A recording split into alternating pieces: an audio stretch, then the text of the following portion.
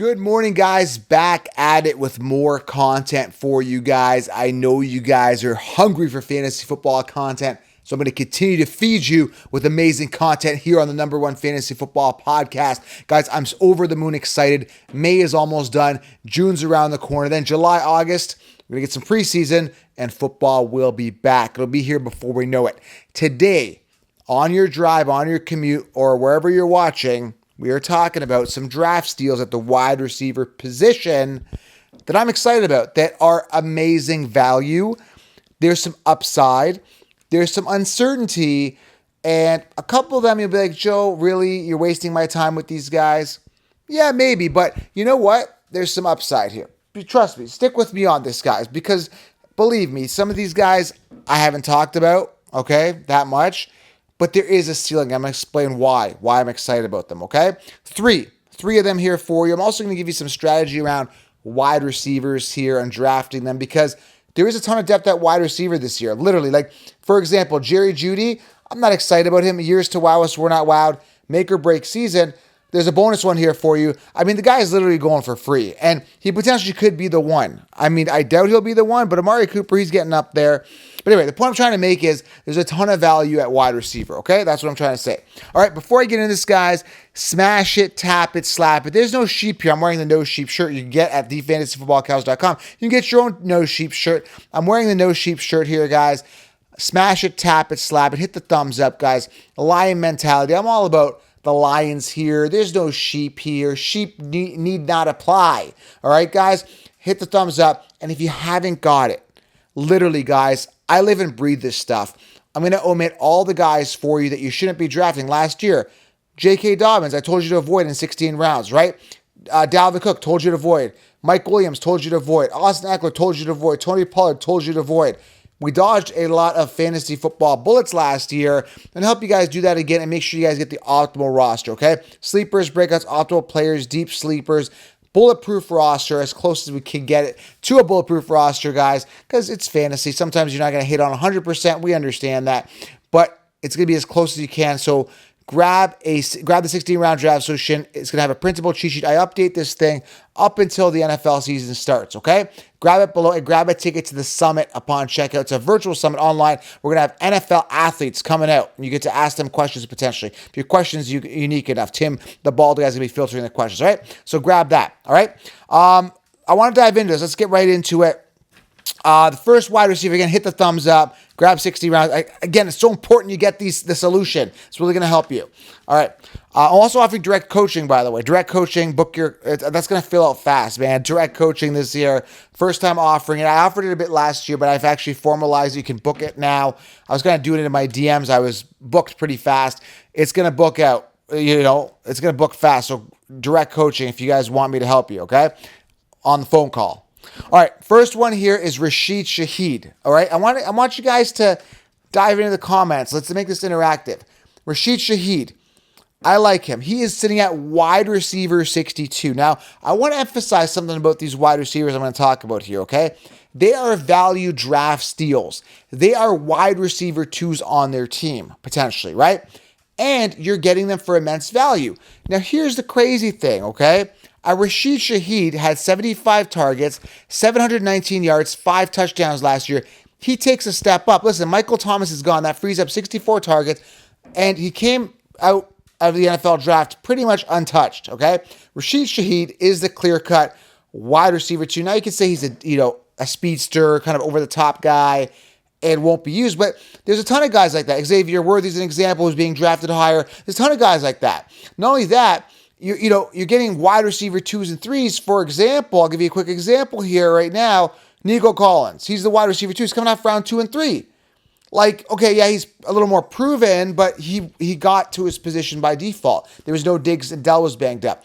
Rasheed Shahid is a clear-cut 2 now with Derek Carr, who isn't overly exciting, but he can make wide receivers viable. There isn't too many options. There's Kamara there, but Shahid is going to get more volume this year, I assure you. The point I'm trying to make is he's a draft steal. You get him later, and he's got top 20 upside potentially, maybe a little outside the top 20. But listen, you're not paying a huge draft capital. And that's what I'm trying to say is, like, he's a wide receiver too. you get after round 10, 11, 12. Like, this guy's literally sometimes going undrafted, okay?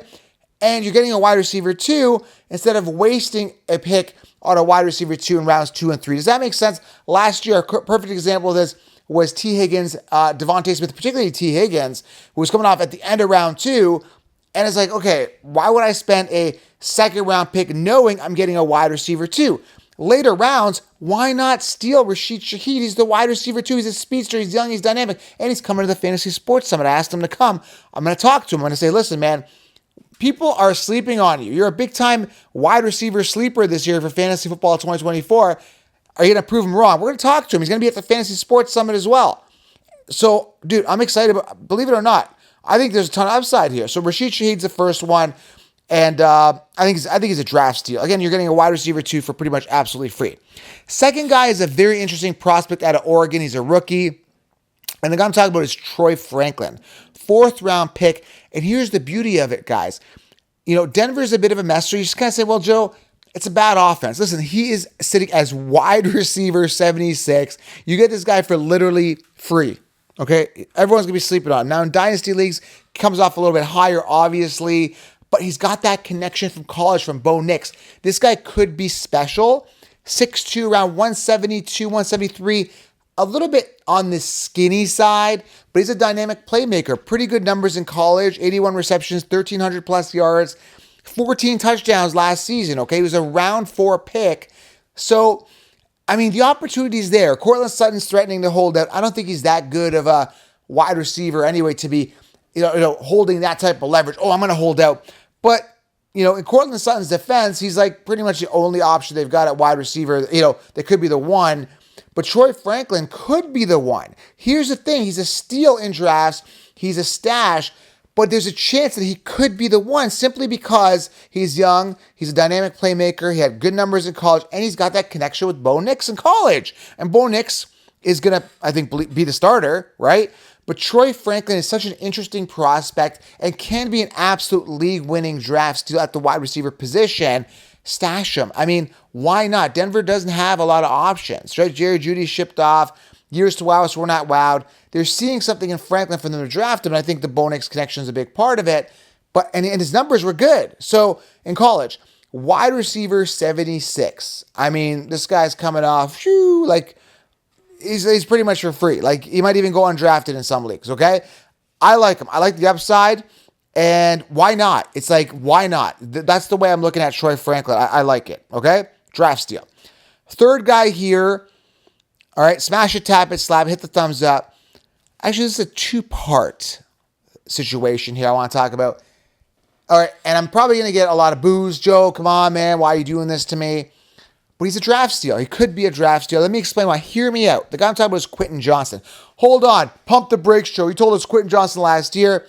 Yeah, he has been working on his hands significantly. He has a major chip on his shoulder. Let me remind you of a couple of things before you guys jump on me on Quentin Johnston here, okay? First and foremost, he's wide receiver 64.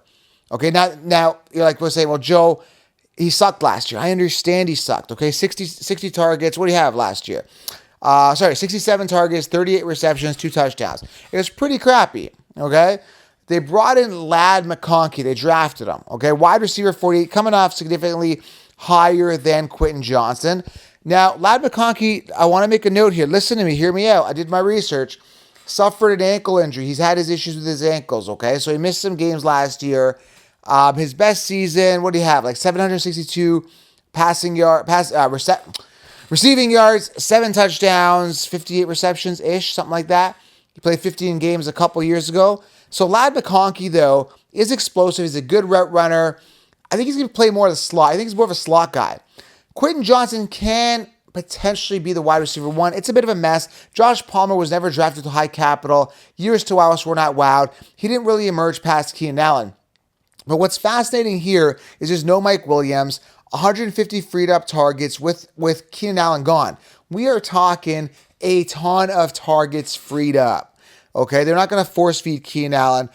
I really feel Ladd could be the one, but nobody knows. They also brought in Brendan Rice, which is an interesting prospect. So hear me out. This is a little bit of a cluster mess here going on. But any one of these guys could be a draft steal, though. So hear me out. it's up to you guys to make the decision on the information I'm proposing, okay? Josh Palmer, I'm out on him. He's not going to be the wide receiver one. Just not going to do it. Quentin Johnson was drafted with first-round draft capital, already has rapport with Justin Herbert. He's got a major chip on his shoulder to prove everybody wrong. You know, he doesn't have the smoothest hands, you know? That's kind of a bit of a problem I have with him. 6'4", 193. The guy's a good receiver, and his college numbers, you know, 60 receptions, 1,069 yards, 6 touchdowns, a little better than Lad McConkey's pinnacle year, okay? Quentin Johnson's last year in college, a little nicer looking in regards, more padded stats than Lad McConkey. Again, totally different receivers, right? Lad McConkey, what is he, 6 feet? He's shorter, he's like 4 inches shorter, 185 pounds, a little lighter. So a little more explosive, maybe a bit better route runner, better hands. So again, a little bit ankle injury in the past. Again, it's up to you guys to kind of make a decision and say, Quentin Johnson is there. I can get him for better value. Could be the one. Lad McConkey, coming off with higher draft capital, drafted in the second round. Again, higher draft capital in Quentin Johnson, if that means anything as well. Any way you look at it, either one of these guys could be the one. Again, Brendan Rice could emerge. His dad said he was upset that Brendan Rice was drafted in the 7th round. Understandably so, because he's got that, Rice pedigree, right? Jerry Rice, greatest of all time at wide receiver, arguably, right? His son was drafted in the 7th round. So, he's come out and said, like, I'm going to be with you, coaching you, making sure that you really succeed in the NFL. So maybe with that nepotism, integrate that he could go, hey, take out Justin Herbert for dinner and say, hey, listen, you got to feed my son here. I don't know. You never know. So it could be Brendan Rice as the, a stash there. But the way that it sits now, I'm not overly giddy about Quentin Johnson. Don't get me wrong. I feel a little bit warm and fuzzier with Lad McConkey. But either one of these guys could be the one. Or if you want to shoot high and wide here, Brendan Rice, okay, which is a bit of a long shot. So either way, Justin Herbert benefits from this. And all these guys, we're talking strategy here. I'm aiming to get the quarterbacks in these situations, not the wide receivers. For example, CJ Stroud, love him. Love him. Hate the situation. Is it going to be Nico? Is it going to be Dell? Is it going to be Diggs? Who knows? Nobody knows. Everybody's guess is as good as everybody's guess, right? Nobody knows. So I'm going to capitalize on that opportunity. Justin Herbert, big-time quarterback sleeper. Love him, right? So in regards to this, I'm going to put Quentin Johnson here as a guy that could be surprisingly a big-time sleeper steal because you are getting the wide receiver one. And listen, if you're going to be gambling with picks, right, later, like with guys that you're uncertain on who the wide receiver 1 or 2 is, do it after the 7th round, right? Do it with these guys, right? Don't do it with Diggs and Nico round 2 or 3. Okay? Because you're getting equally or even better quarterback thrown to him. Justin Herbert is no slouch. He had his down year and he's no way but up. So hear me out, guys, when I'm talking about this, all right? If you're going to take a risk on wide receivers with uncertainty, example, Jaden Reed, Romeo Doubs, Christian Watson, you get those guys later. It's okay. You're doing it after round 6, 7, 8, 9, 10. Take the chance. But don't do it with the early picks, all right, guys? I told you I'd talk a little bit of fantasy football draft strategy with wide receivers a little bit, okay? So hopefully you got some golden nuggets, some gems here out of this video because I really want you to succeed. But Rasheed Shahid, Troy Franklin, and Quentin Johnson could be absolute draft gems, steals, and man, are they going for value. Like I said, Quentin Johnson, wide receiver 64, Troy Franklin, wide receiver 76. Could be the one. He's got that rapport with Bo Nix. And Rasheed Shahid, wide receiver 62, the clear-cut wide receiver 2 on the Saints. Guys, it's going to be a fun year. Make sure you guys do grab the 16-round draft solution. I'm all about the logical common sense stuff here on this channel. I'm not here to like blow smoke and, smoke and mirrors here. I actually want you guys to win. There's no cookie cutter copy and paste stuff here. If you guys find some value, listen, I really appreciate it. I'm an independent. Hit the thumbs up, subscribe, and drop a comment. Let me know what you guys think. Are you guys investing later round picks in these guys? Do you see the upside? Do you see the ceiling? Do you see the talent? I'm seeing a lot of excitement with these guys, right? Let me know in the comments what you guys think. I appreciate you guys. Lion mentality, no sheep on this channel. We'll talk soon, guys. Have yourself an outstanding day. I'm out.